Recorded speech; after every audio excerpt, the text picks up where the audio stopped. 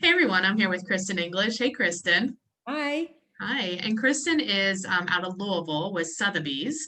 And the reason I wanted to bring her on was because she's also on the Kentucky Board of Realtors Ethics and Professional Standards Committee. So there's a couple of different things like we've been talking about on the podcast. And so she had some examples that we want to talk about and share and kind of see what what would you do as the agent and then what the committee actually decided.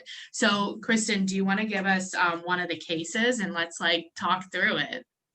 All right, this is great. So this is one that actually went all the way to the national level. And I just spoke about this one on a podcast with the Kentucky Realtors.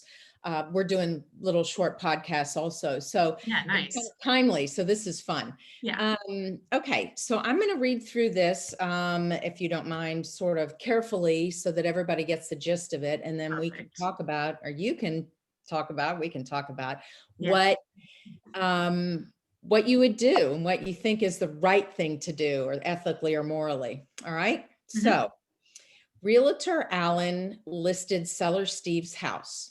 He filed the listing with the MLS and advertised it to interested prospective purchasers. Seller Steve's house was reasonably priced and attracted the attention of several potential purchasers. I like how they slid in there. They're reasonably priced. That's Reasonably, yeah. which is key these days, right? Right. Uh, Bob learned about seller Steve's property from Realtor Allen's website and called Allen for some more information and was shown the property by Allen several times. Then buyer Betty, looking for property in the area, calls Realtor Ryan. Okay, so we've Okay. got two different. We've got Realtor Allen and we've got Realtor Ryan Okay. as a prospective or a buyer representative. Seller Steve property was one of the properties that interested her and was introduced to Betty. After the third showing, buyer Bob was ready to make an offer and requested Realtor Allen's assistance in writing a purchase offer. Allen helped buyer Bob prepare an offer and then called seller Steve to make an appointment to present the offer that So evening. Alan is a dual agent now. So Allen is a great, yes, Okay. Allen is a dual agent at this point. Later that same afternoon, Realtor Ryan called Realtor Allen and told him that he was also bringing a purchase offer to Allen's offer for him to also present to seller Steve. Realtor Allen responded that he would be presenting to buyer, he would also be presenting buyer Betty's offer that evening. Okay. So he's told him now, he's got an offer already on the table, and then he'll also present this offer, next Okay. offer. That evening, Realtor Allen presents both offers to seller Steve for his consideration. Seller Steve noted that both offers were of full price and there seemed to be little difference between them. So Realtor Allen responded, they're both good offers and they'll both net you the same amount. So seller Steve says, or asks about the feasibility of countering one of them or both of them. And Realtor Allen agreed that that was a possibility, but noted that countering a full price offer could result in the buyer walking away from the table because he's offered full price. Okay. Besides, he reminded seller Steve, production of a full price offer triggered Realtor Allen's entitlement to a commission under the terms of their listing agreement. And that's something we don't really talk about much when we're in a multiple offer situation of like, hey, but I brought you a full price offer, so I'm also entitled to that commission. We usually don't talk about that. Okay. Seller Steve acknowledged that obligation, but expressed regret that faced with two full price offers, there was no way to increase the proceeds he would realize from the sale of the property. I'll tell you what, seller Steve said, if you'll reduce your commission, I'll accept the offer you procured. Okay. While you get a little less than we agreed in the listing contract, you still have more than if you had paid the other buyer's broker. Right. Seeing the logic of seller Steve's proposal and realizing that he and the seller were free to negotiate the terms of their agreement, Realtor Allen agreed to reduce his commission by 1%. Seller Steve, in turn, accepted buyer Bob's offer and the transaction closed shortly thereafter. Upset by that this purchase offer hadn't been accepted, Buyer Betty called seller Steve directly and Hmm. asked, just to satisfy my curiosity, why didn't you accept my full price offer to buy your house? Seller Steve explained that he had accepted a full price offer produced by Realtor Allen because of Allen's willingness to reduce his commission by 1%. Okay, so in summary, the Yeah. listing agent is a dual agent, and then you have the other agent representing the seller. The offers are the same, but when presented, but then the listing agent reduced his commission in order for his, Mhm. yeah, in order to be a dual agent. Okay, Right. And he was asked by seller Steve, hey, both of these are the same. These are, going to net me the same, but you, Mr. Dual Agent, could get more commission if you could get the deal, thus getting more commission. right. If you If reduce, you reduce, yeah, yeah, because he got, yeah, right. He got more commission than would if he would have split it. So then is the question, so it came to you guys because the question is this an ethics violation. violation? Right. So we talked through this, and I actually had this, and so it was really timely because I actually had this happen to me this summer. So I had clients that had been working with for a while, and we made an offer on a house down the street from me. The listing agent also wrote an offer with her own clients, and our offer was higher, but it netted more for her sellers to take her offer, even Because though of the it was a little later. commission Yes. reduction. And so awkwardly, it was really uncomfortable for me to go back to my buyers and say, hey, we didn't get it. They didn't ask why. That's good. Is there an ethics like in this scenario, we don't know, or it doesn't say if the dual agent said, I'm presenting multiple offers, one of them is mine. The only thing that the listing agent has to do is he has to tell the same information to all agents. So whatever he is instructed to by the seller, by the seller, and if the seller even gives him permission to disclose the Disclose. price, he can, of all the Yeah. offers, but the seller has to do that. The listing agent has to be sure that whatever information he gave one agent, that he gives the other agent. That everybody But has a level. it doesn't have to be disclosed that one of the offers is a dual agency. And No, I don't think you have a violation. I mean, do you?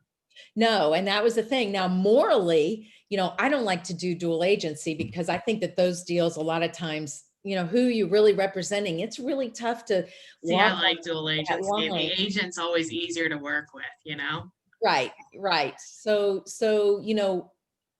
for me, morally, I don't love dual agency. And there are a lot of us here that don't practice dual agency. But ethically, he did nothing wrong, because also the other thing to remember is that the listing is with the broker. The listing and the seller and the listing agent, that's their agreement. So Right. whatever comes along with another buyer broker doesn't matter. Right. I agree. I think my biggest issue with this case is I can understand why that other buyer that didn't get it is upset. I mean, they're always upset if they don't get the offer. Yeah. And I can understand why the seller said, well, they want to net more. I think what I would have done, and just given the information that we're given, is say, hey, as you know, we have multiple offers on this property. Either we need your highest and best, or counter at have maybe the seller counters at 1% higher to both. Because what I hate about this scenario is that the commission that we already agreed to as Yeah. part of the process, is not up for discussion as part of your contract. If you don't like the contract, that's fine. We can go find another one. But this is exactly what we agreed to. It's a full price offer, and we agreed to already the commission. So if you want more, we should just ask for more. And like, yeah, we might be taking a risk and both buyers may be gone, Well, but you can't like, do both of them though, because if they both accept, then you've sold the house twice. So you'd have to choose one to counter. can you do, can you say we're countering both, time is of the essence? You can't counter two offers, because as soon as you Can, counter two offers, if they both accept, again, you've sold that house but you twice. can say highest and best. You can go back and say highest and best, which we could go down that rabbit hole of, and again, this case was in I think 2000, and it's been 5 or 6 years. It hasn't been in the time frame of right now where we're in all these multiple offer situations. So, Right. I mean, we could go down that rabbit hole of what do you do in a multiple offer situation? And I can tell you, our best practices here in the Louisville area. Um, but I would have gone back and said, hey, we've got two offers and they are both very similar. What's your highest and best? Right. And Exactly. then that's what I would have done. But that's Or negotiated a different term. So a lot of times, like you get your price, but maybe he needs occupancy after closing, or maybe whatever it is, right? Like negotiate some other term to see, because I just don't think that we've already agreed the payment. We've already agreed the fee. And of course, like we can re-agree, always like he said, you negotiate. can always negotiate, but Yeah. it's like, I don't want to, there's no real reason to renegotiate it here. This is something between the buyer and the seller. Between the seller and the seller's agent. But I'm saying the contract is between the buyer and the seller to purchase the property. So if he's not, I forget the seller's name, but if he's not happy with the price, then he needs to do that. Yeah. Well, he was I mean, honestly, just with the information that we know, he was happy with the price. He was happy with both prices. So he just wanted more. What can we do to make this work? And, he's thinking, well, hey, listing agent Bob, like you can make more than just. And yeah, I get it. I mean, I see where he's coming from. Listed at 6 and you're willing to take 5. Yeah. 5 is better than 3 if you. Right. So anyway, but it was. Is it though? I mean, I know it is, but then you have like the yes, but at what cost are you getting? I mean, yeah, there's so many variables, and this is just like a snippet. Like we don't know the whole story, but that's interesting. Okay, so the committee said that there is no violation here. No violation, because again, the listing contract is between the listing agent broker, and the seller. And so if he wants to reduce his commission, then that's completely fine. And he's able to choose, as long as he didn't choose based on any of the protected classes. Right. He's fine. He's fine. Now, I assume he doesn't have to tell. Oh, well, he did, because it was the seller. But let's say that she had called the agent. I mean, I wouldn't say like why they chose one or the other. I'd be like, people make choices for all kinds of reasons. Like, I wish you luck. Yeah, exactly. And until it closes, you don't want to disclose price, because if the contract falls through, then you want to be able to market it again. The other interesting thing is, let's go down that rabbit hole a little bit of multiple offer situations, because I had one house and we had 6 offers and we eliminated 2 and then a third one pretty quickly, and we were down to 2. Okay. I've had situations where sellers have not taken the highest money. Right. One, as a terms, or 2, right. Whatever reasons, but also if there's financing involved, houses are not appraising. And especially when you get into this time of year in January, February, March, when the appraisers are going back 6 months, right. and they have to legitimize what the sale price is, and think in the winter sell for less. And, so that sort of gets tenuous. There can be, moving out, giving people, 2 weeks to move out. There's so many other issues. So many ways. Yeah. I actually did like a YouTube video on how to get your offer accepted in these times. And it's all about, well, first you need to call the listing agent and find out what does the seller really want? Because I had like one of my sellers, we had priced it like a little bit below to drive up the price as a strategy. And I mean, we literally, like everybody, we had tons of offers, and I called every agent. I said, they were 7 things that they wanted. Here are 7 things that they want. If you can get all 7 or as close as you can, you will win. Yeah. Right. Like this is what they want. And we had some agents that gave us 2, some agents that gave us all 7. It's like, okay, well, the one that gave the seller everything they wanted, like they're the ones that win. So if the agent would have called or said highest and best, the seller in this case wanted more money. So they can just say that, look, the seller wants to net more money. I realize you pay full price, but what is your highest and best? It's multiple offers. And so it's very acceptable. Yes. And you just, And I would say to any new agents that are, newer in the market too, and especially in a multiple offer situation, is pick up the phone and call the listing agent. Right, Like you just said, like you told the agents, but on the flip side, and I'm not dissing like younger agents, but everything is via text. Hey, right. pick up the phone, have Talk, a conversation, communicate. because Mhm. you never know how we as a listing agent can influence that seller just a little bit. Like, oh yeah, I know that agent. I've had a Well, it's conversation. just people being people, right? I Yeah, mean, yeah.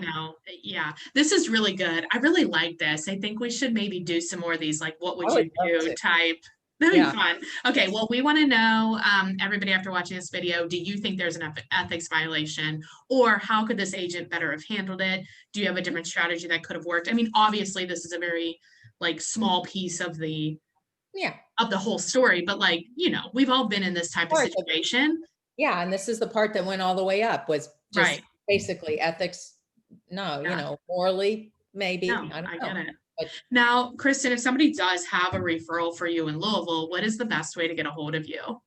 so it's my email address is the letter K English at LSIR, which is Lenahan Sotheby's International Realty, but we shorten it because that's a Good, because nobody can spell long, that. yeah, no one would remember that. LSIR. I am on Facebook and Instagram. I have a website, so it's Kristen English. Easy enough. Yeah, it's easy. Perfect. You can Well, I remember. really appreciate you being on and sharing that with us. Thank you so much. Yeah, it was really fun. So I It hope to do this was. again sometime. Have a good rest of the day. All right, thanks. See ya. Bye. Bye.